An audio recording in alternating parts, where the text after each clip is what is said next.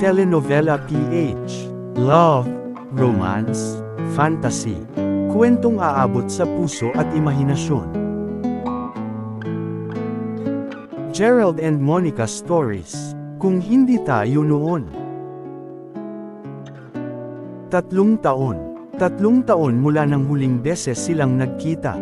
Sa loob ng panahong iyon, maraming nagbago. Pero hindi kasama doon ang nararamdaman ni Gerald. Tahimik ang gabi habang naglalakad siya sa isang kalsadang halos kabisado na niya. Parehong lugar, parehong hangin, pero ibang-iba na ang pakiramdam. Wala na ang dating saya. Wala na ang babaeng sabay niyang pinapangarap ang bukas. Hindi niya inakalang sa simpleng gabing iyon, magbabago na naman ang lahat. Sa isang maliit na kafe sa gilid ng kalsada, pumasok siya para magpahinga. Hindi siya sanay sa mataong lugar, pero kailangan niya ng katahimikan, kahit sandali. Umupo siya sa isang sulok. At doon niya siya nakita. Isang babaeng nakaupo sa may bintana, tahimik na nakatingin sa labas, tila may sariling mundo. Nanlambot ang kamay ni Gerald. Hindi siya pwedeng magkamali. Monica, mahina niyang bulong, halos hindi marinig kahit siya mismo. 3 taon niyang pilit kinalimutan ang mukha na iyon, pero sa isang iglap, bumalik lahat. Ang sakit, ang saya, ang mga tanong na hindi nasagot. Hindi pa rin nagbabago ang aura ni Monica, mahinhin, kalmado, pero may lungkot sa mga mata na hindi kayang itago. Dahan-daang tumayo si Gerald.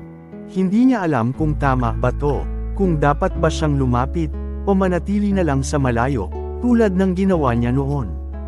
Pero bago pa siya makapagdesisyon, napatingin si Monica sa direksyon niya, at nagtagpo ang kanilang mga mata. Walang salita, walang galaw, pero sa simpleng sandaling iyon, parang bumalik ang 3 taong nakaraan.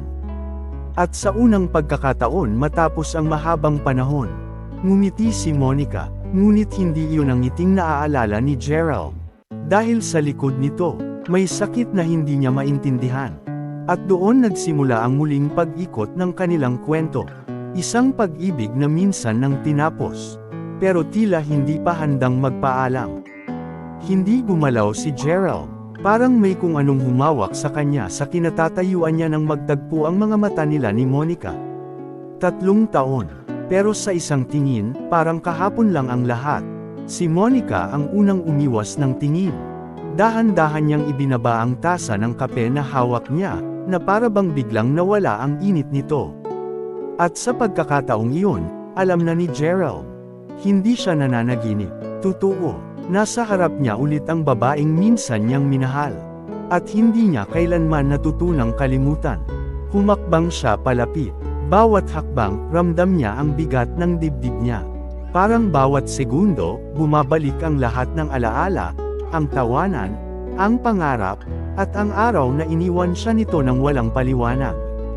Monica, mahina, pero buo. Napahigpit ang hawak ni Monica sa tasa. Narinig niya ang pangalang matagal niyang tinakasan. Dahan-dahan siyang tumingala, at sa unang pagkakataon matapos ang 3 taon, magkaharap na sila. Gerald, iyon lang ang nasabi niya.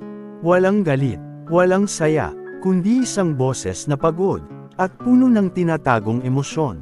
Umupo si Gerald sa tapat niya, kahit walang paanyaya. Sandaling katahimikan. Yung tipong kahit maraming gustong sabihin, walang lumalabas.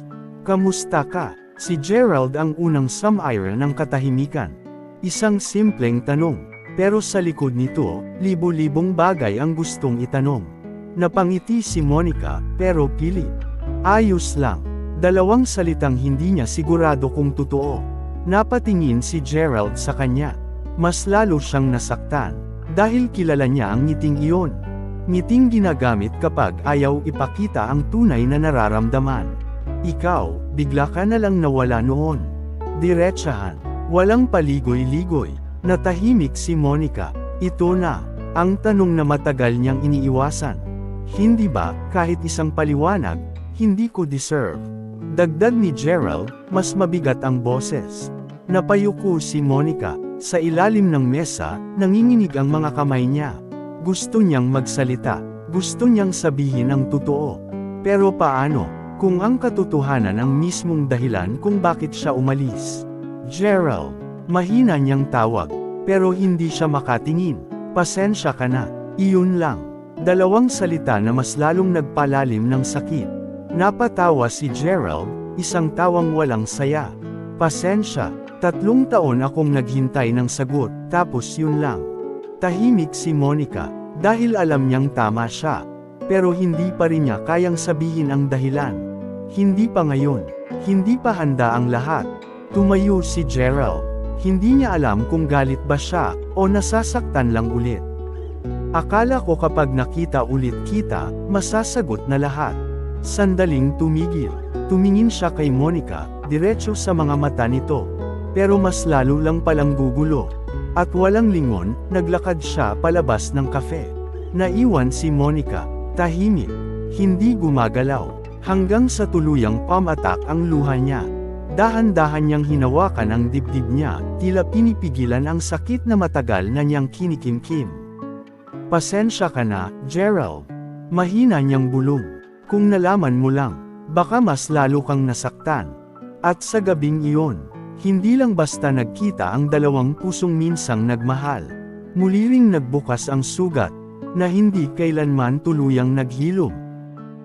Minsan, hindi sa tingin nagsisimula ang pag-ibig, kundi sa isang tunog, isang boses na hindi mo inaasahang hahanapin mo. 3 taon na ang nakalipas. Hapon noon, tahimik ang paligid ng campus. Halos wala ng tao sa lumang auditorium, maliban sa isang lalaking napadpad lang doon para umiwas sa ingay ng mundo. Si Gerald. Hindi niya alam kung bakit doon siya napunta. Siguro dahil gusto niya lang ng katahimikan. Pero sa gitna ng katahimikan, may narinig siya, isang boses, mahina, malungkot, parang may kinakausap, o baka may kinakantahan. Napahinto siya sa pintuan. Hindi niya agad pinasok, nakinig lang siya, at sa bawat salita na naririnig niya, hindi niya maipaliwanag kung bakit. Pero parang may kung anong humihila sa kanya. Dahan-dahan niyang itinulak ang pinto. At doon niya siya nakita. Si Monica, mag-isa sa entablado. Hawak ang mikropono, pero hindi para sa maraming tao, kundi para sa sarili niya. Nakaupo siya, bahagyang nakayuko, habang kinakanta ang isang kantang puno ng lungkot. Hindi perpekto ang boses niya, pero totoo. At iyon ang unang beses na naramdaman ni Gerald, na may taong kayang magpatahimik sa mundo niya. Natapos ang kanta, tahimik, hanggang sa biglang palakpak. Napalingon si Monica, gulat. Nakatayo si Gerald sa likod ng auditorium. Hindi niya napansin na may ibang tao pala. Sorry, sabi ni Gerald, medyo nahihiya. Hindi ko sinasadyang marinig, pero tumigil siya. Hindi niya alam kung paano sasabihin. Ngumiti si Monica, mahina, pero totoo. Okay lang. Sandaling katahimikan ulit, pero hindi awkward. Kakaiba, maganda yung kanta mo, dagdag ni Gerald. Napailing si Monica, bahagyang natawa. Hindi naman ako magaling. Hindi kailangan maging magaling, sagot ni Gerald. Basta totoo. At doon nagsimula, hindi sa banggaan, hindi sa aksidente, kundi sa isang sandaling tahimik. Kung saan 2 taong hindi naghahanap ng kahit ano, ay natagpuan ang isa't isa. Simula noon, ang dating tahimik na auditorium, naging lugar kung saan sila madalas magkita. Doon sila nagkwentuhan, doon sila nagtawanan, doon sila natutong maging totoo, hanggang sa hindi na nila namalayan. Ang simpleng pakikinig, naging pagmamahal. Gerald, isang araw, habang nakaupo sila sa entablado.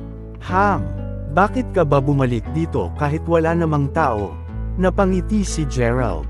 Dahil may dahilan na. Napatingin si Monica sa kanya. Anong dahilan? Sandaling tumahimik si Gerald.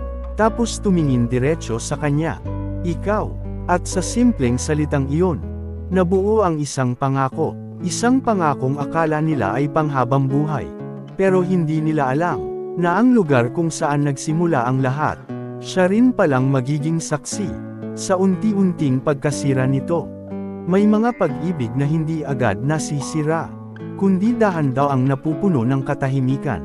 Sa mga panahong masaya pa sila, hindi napansin nina Gerald at Monica na may paparating na bagyo. Nagsimula sa maliit. Isang araw, habang naghihintay si Gerald sa auditorium, ang lugar na naging mundo nilang dalawa, napansin niyang mag-isa lang siya. Hindi yun normal. Si Monica ang laging nauuna. Siya ang laging naghihintay. Pero ng araw na iyon, wala siya. Lumipas ang ilang minuto, hanggang naging oras. Walang message, walang tawag, hanggang sa tuluyan na siyang umalis. Kinabukasan, parang walang nangyari. Nandoon si Monica, nakaupo sa entablado. Hawak ang mikropono na parang wala lang. Ngunit iba na, tahimik siya, mas tahimik kaysa dati. Monica, tawag ni Gerald, may halong pag-aalala. Ngumiti siya, pero hindi na ito katulad ng dati. Sorry kahapon, may inaasikaso lang. Simple, pero may kulang. Okay ka lang ba? Tanong ni Gerald, dahan-dahan siyang lumapit. Oo naman. Mabilis ang sagot, parang inihanda na, pero kilala siya ni Gerald. At sa unang pagkakataon, nararamdaman niyang may tinatago si Monica. Mula noon, unti-unti nang nagbago ang lahat. Dati, mahaba ang usapan nila.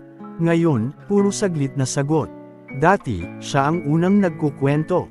Ngayon, siya na ang umiiwas. At kahit magkasama sila, parang may distansya na hindi maipaliwanag. Isang gabi, may problema ka ba? Diretsahang tanong ni Gerald. Tahimik si Monica, hindi siya makatingin. Pwede mo namang sabihin sakin.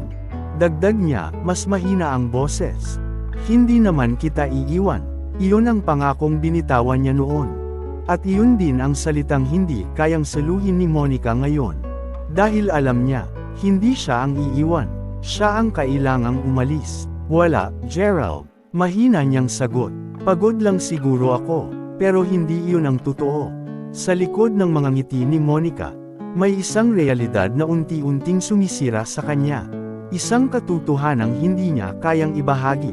Isang sakit na hindi niya pwedeng ipasa sa taong pinakamahal niya. At habang pilit niyang itinatago ang lahat, lalo namang nasasaktan si Gerald.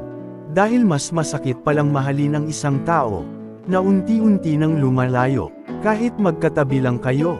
Isang araw, habang papalapit si Gerald sa auditorium, napansin niyang may kausap si Monica sa labas. Isang lalaking hindi niya kilala.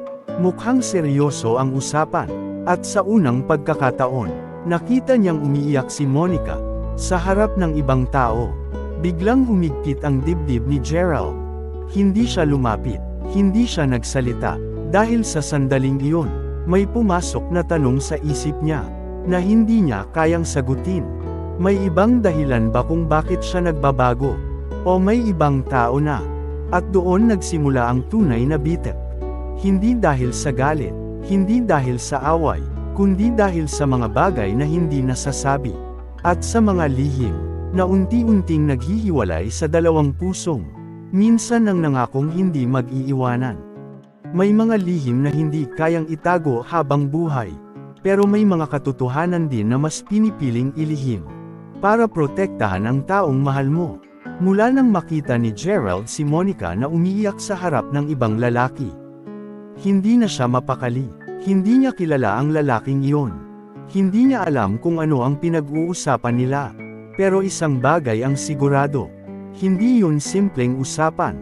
At lalong hindi normal ang luha ni Monica. Kinagabihan, hindi na napigilan ni Gerald ang sarili niya. Monica, sino yung kasama mo kanina? Diretso, walang paligoy. Tahimik si Monica, parang inaasahan na niya ang tanong. Pero hindi pa rin siya handa sa sagot. Wala iyon.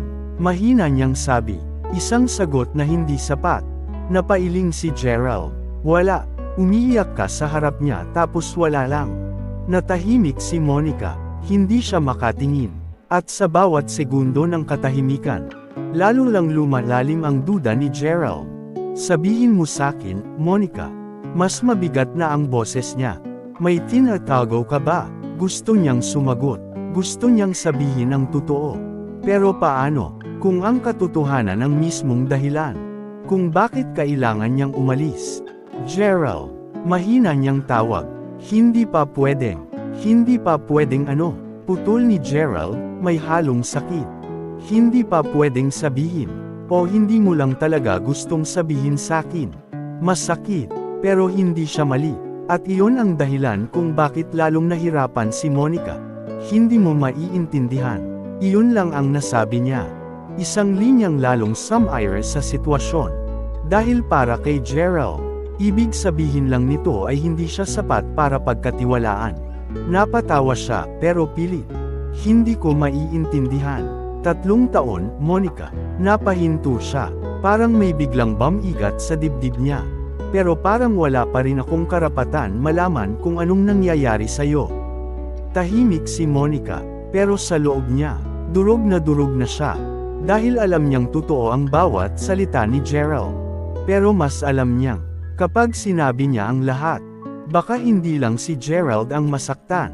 Baka tuluyan itong masira. Hindi kita kayang saktan. Mahina niyang bulong. Hindi yun narinig ni Gerald. O baka ayaw niya lang marinig. Kung ayaw mo sabihin, fine. Sabi niya, malamig. Pero huwag mong asahan na okay lang sakin to. Tumalikod siya. At sa unang pagkakataon, hindi na siya lumingon. Naiwan si Monica, tahimik, walang galaw, hanggang sa muli siyang napaluha. Dahan-dahan niyang hinawakan ang sarili niyang kamay. Tila pinipigilan ng sakit na hindi na niya kayang itago. At sa pagitan ng kanyang mga luha, isang pangalan ang bumulong sa hangin. Kuya, sa kabilang banda, habang naglalakad si Gerald, hindi niya mapigil ang isipin ang nangyari. Galit siya, nasasaktan, pero higit sa lahat, natatakot. Dahil sa unang pagkakataon, nararamdaman niyang unti-unti na niyang nawawala si Monica. At sa gabing iyon, may mga tanong na hindi nasagot, may mga salitang hindi nasabi. At may mga pusong nagsimulang mapagod. Sa laban na hindi nila maintindihan. May mga laban na hindi nakikita. Pero sila ang pinakanakakapagod. Kinabukasan matapos ang hindi nila pagkakaunawaan. Hindi na nagpunta si Gerald sa auditorium. Sa unang pagkakataon, pinili niyang umiwas. Hindi dahil wala siyang pakialam. Kundi dahil masyado nang masakit ang hindi maintindihan ng taong mahal mo. Samantala, mag-isa si Monica, nakaupo sa parehong entablado kung saan nagsimula ang lahat. Tahimik, walang hawak na mikropono, parang wala na siyang lakas para kumanta. Dahan-dahan niyang inilabas ang cellphone niya. May isang message na matagal na niyang hindi sinasagot. Monica, kailangan ka namin. Hindi na kaya ni Kuya. Napapikit siya, at sa likod ng katahimikan, unti-unting bumalik ang lahat ng dahilan kung bakit siya nagbago. Flashback. Isang maliit na kwarto sa ospital. Mahina ang ilaw. Mabigat ang hangin. Nakaupo si Monica sa tabi ng kama. Sa kama, ang kanyang kuya. Payat, mahina, halos hindi na makagalaw. Monica, mahina ang boses nito. Agad siyang napahawak sa kamay nito. Kuya, nandito lang ako. Pasensya ka na. Sabi nito, pilit ngumiti. Hindi mo dapat pinapasan to. Umiling si Monica, nangingilid ang luha. Wala kang kasalanan. Pero alam niya, hindi ganoon ka-simple. May sakit ang kuya niya. Malubha, at kailangan ng pera. Pera na wala sila. May isang paraan. Sabi ng lalaking nakatayo sa likod niya, ang parehong lalaking nakita ni Gerald. Isang kaibigan ng pamilya, may taong handang tumulong. Pero may kapalit. Dahan-daang tumingin si Monica. Anong kapalit? Sandaling katahimikan. Lumayo ka sa lahat ng makakapagpahina sayo. Lalo na sa taong mahal mo. Bumalik sa kasalukuyan. Mahigpit ang hawak ni Monica sa cellphone niya. Doon niya napagtanto. Hindi lang pala simpleng problema ang kinakaharap niya. Isa itong desisyon na kailangang piliin. Pamilya, o ang taong mahal niya. At kahit anong piliin niya, may masasaktan. Sa kabilang banda, hindi mapakali si Gerald. Pinipilit niyang mag-focus sa ibang bagay. Pero bumabalik at bumabalik sa isip niya si Monica. Ang mga mata nito, ang katahimikan nito, at ang mga salitang hindi nito masabi. Hanggang sa hindi na niya kinaya. Bumalik siya sa auditorium. Pagpasok niya, nandoon si Monica, mag-isa, tahimik. Parang naghihintay. O baka nagpapalim na. Monica, mahina pero buo. Napalingon siya. At sa mga mata niya, hindi na lang lungkot ang makikita, kundi isang desisyong matagal na niyang pinaghahandaan. Gerald, mahina niyang tawag. Pwede ba tayong mag-usap? At sa sandaling iyon, hindi alam ni Gerald na ang usapang iyon ang magbabago sa lahat. May mga desisyon na hindi mo gustong gawin, pero kailangan dahil wala ka ng ibang pagpipilian. Sa loob ng auditorium, parehong nakatayo sina Gerald at Monica, tahimik, walang kahit anong ingay, maliban sa tibok ng mga pusong pareho ng pagod. Anong gusto mong pag-usapan? Si Gerald ang unang nagsalita. Diretso, walang emosyon, pero sa loob niya, magulo na ang lahat. Huminga ng malalim si Monica. Ito na yun. Ang sandaling matagal niyang iniiwasan. Pero hindi na niya kayang takasan. Gerald, mahina niyang tawag. Pagod na ako. Napakunot ang noo ni Gerald. Anong ibig mong sabihin? Hindi agad sumagot si Monica. Tumingin siya sa paligid. Sa entabladong naging saksi ng lahat ng saya nila. At sa unang pagkakataon, hindi na iyon masaya. Hindi ko na kaya, diretsahan. Pero hindi niya sinabing bakit. At iyon ang pinakamasakit. Napatawa si Gerald, isang tawang puno ng sakit. Hindi mo na kaya, ganun na lang yun. Lumapit siya ng kaunti. Monica, kung may problema ka, pwede mo namang sabihin sakin. Wala nang dapat pag-usapan. Putol niya, mahina pero matalim. Natahimik si Gerald. Hindi niya inaasahan yun. Hindi na ako masaya, dagdag ni Monica. At sa sandaling iyon, parang may pumutol sa lahat ng alaala nila. Hindi totoo. Alam niya, pero kailangan niyang sabihin. Kailangan niyang magsinungaling.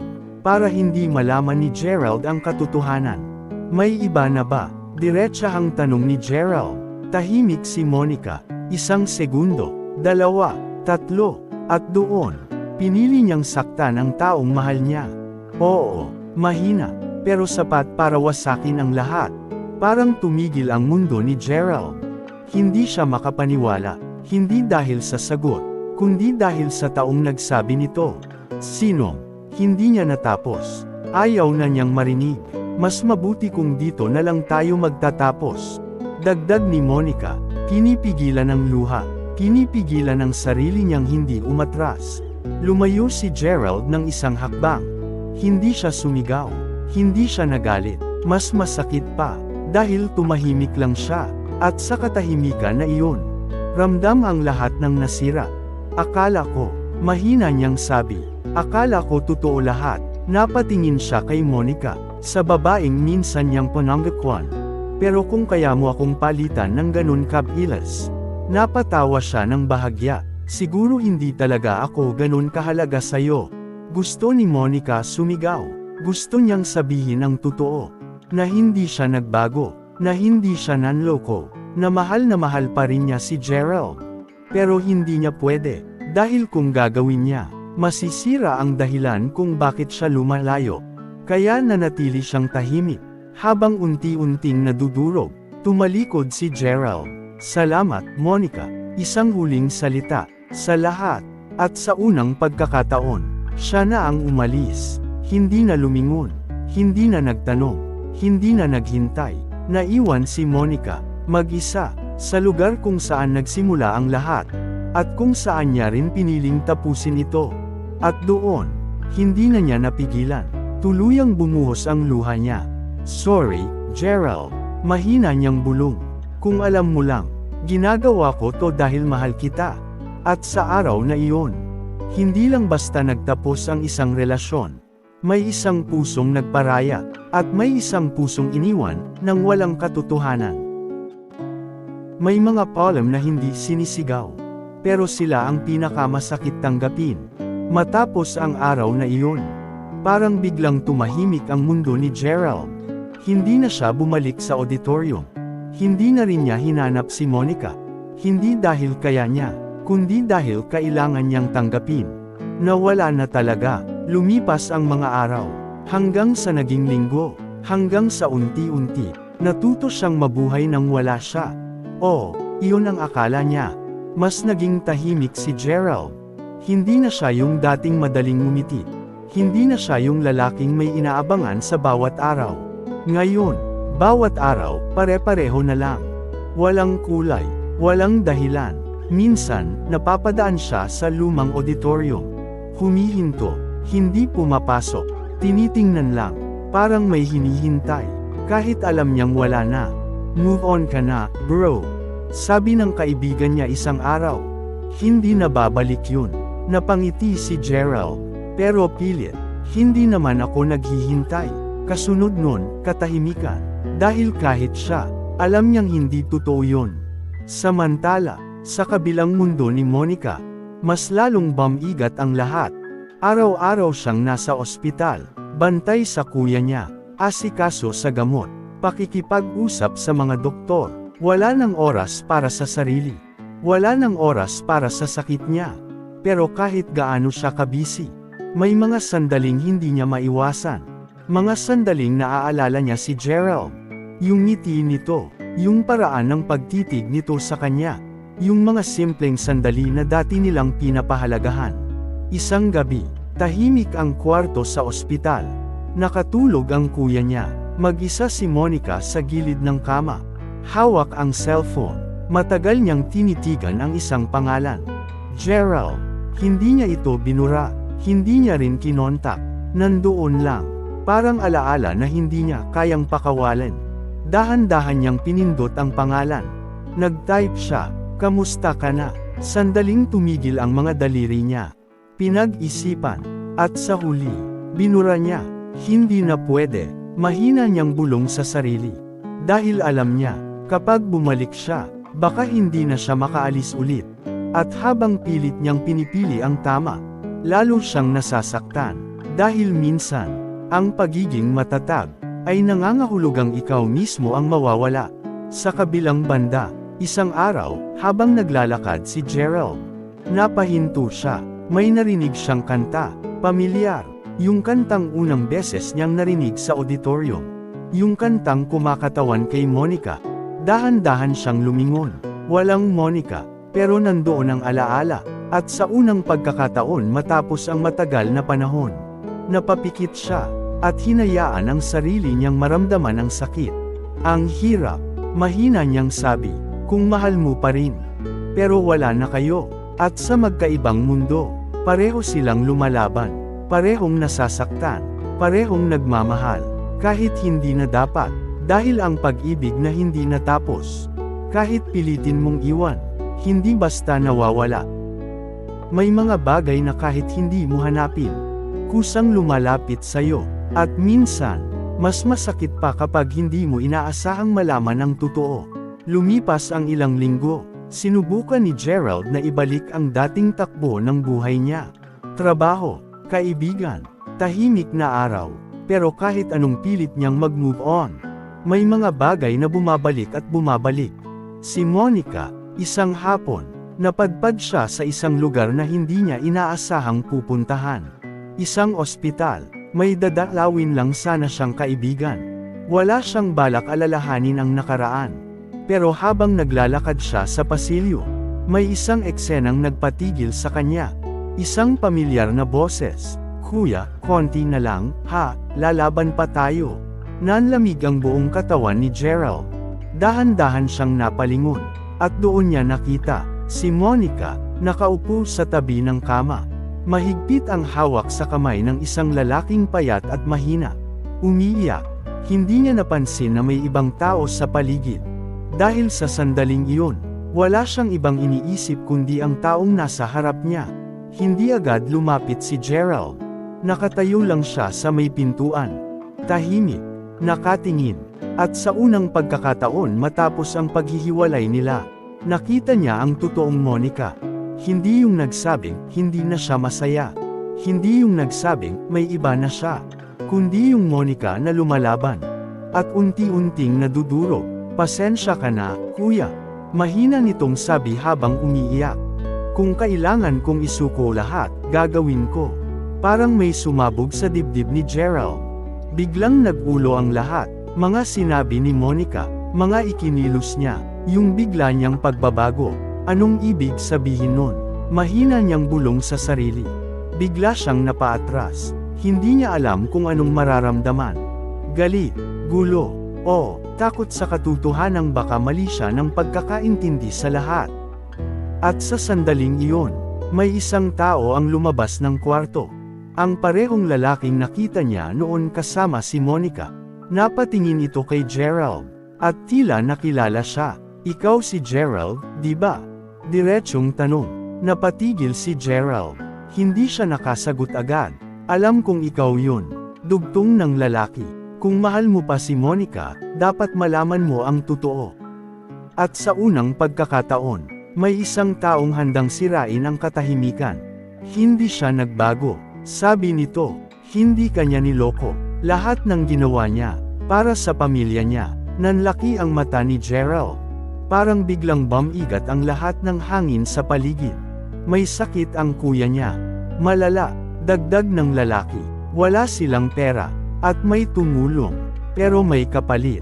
Hindi na kailangang tapusin ang pangungusap. Naiintindihan na ni Gerald. Pinili niyang lumayo sa'yo. Mahina nitong sabi. Para hindi ka madamay. Tahimik si Gerald. Hindi siya makagalaw. Hindi siya makapagsalita. Dahil sa isang iglap, nabura lahat ng galit niya. At ang pumalit, sakit, mas mabigat kaysa dati. Bakit? Mahina niyang bulong. Bakit hindi niya sinabi sakin? At sa tanong na iyon, wala pa ring sagot. Sa loob ng kwarto, hindi alam ni Monica, na may isang taong unti-unting nalalaman ang lahat, na ang mga kasinungalingan na ginawa niya para protektahan, ay malapit ng mabunyag. At sa sandaling iyon, papalapit na ang katotohanan. Isang katotohanang kayang baguhin ang lahat. May mga pagkakataon na kahit anong pilit mong itago ang katotohanan, darating at darating ang araw na hahabulin ka nito. At sa araw na iyon, wala ka nang matatakbuhan. Sa labas ng ospital, nakatayo si Gerald. Hindi pa rin siya makagalaw. Paulit-ulit sa isip niya ang mga narinig niya. Ang sakit ng kuya ni Monica, ang sakripisyong pinili niya, at ang kasinungalingang ginawa niya para protektahan siya. Hindi siya nagbago, paulit-ulit, at doon niya napagtanto, hindi pala siya iniwan, pinili lang siyang palayain. Kahit siya ang masaktan, dahan-dahan siyang huminga, at sa unang pagkakataon, hindi galit ang naramdaman niya, kundi panghihinayang.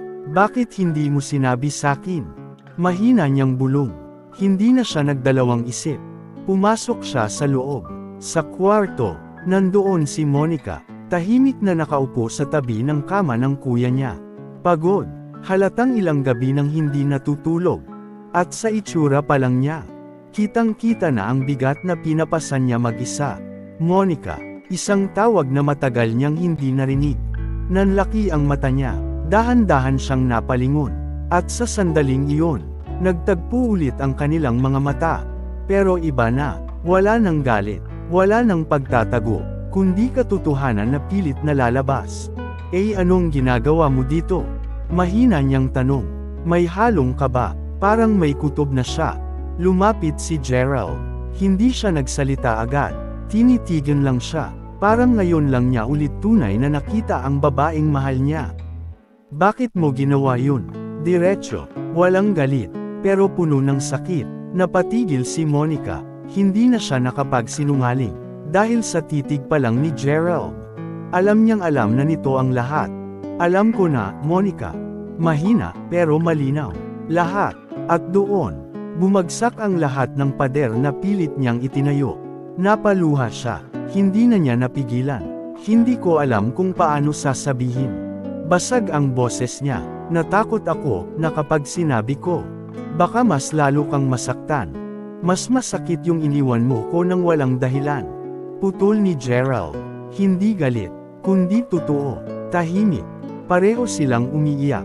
Sa magkaibang dahilan. Akala mo ba, hindi ko kayang lumaban kasama ka? Tanong ni Gerald. Akala mo ba kailangan mong ako ang lahat mag-isa? Umiling si Monica. Hindi yun. Natakot lang ako. Natakot akong mawalan ka. Kung makita mo kung gaano kagulo ang buhay ko. Dahan-daang lumapit si Gerald. At sa unang pagkakataon matapos ang lahat, hinawakan niya ang kamay ni Monica. Mahigpit, parang ayaw na niyang pakawalan ulit. Monica, mahina niyang sabi, hindi kita iniwan noon. Hindi rin kita iiwan ngayon. Napatigil si Monica, napatingin sa kanya, punong-puno ng emosyon ang mga mata. Pero iniwan kita, mahina niyang sagot. Sinaktan kita, hindi mo ako sinaktan. Umiling si Gerald. Pinrotektahan mo lang ako, sa maling paraan. Sandaling katahimikan. Pero sa pagkakataong iyon, hindi na ito mabigat. Dahan-daang kumalas si Monica. Hindi dahil ayaw niya, kundi dahil kailangan niya. Gerald, mahina niyang tawag. Hindi pa rin pwede. Parang muling bamigat ang lahat.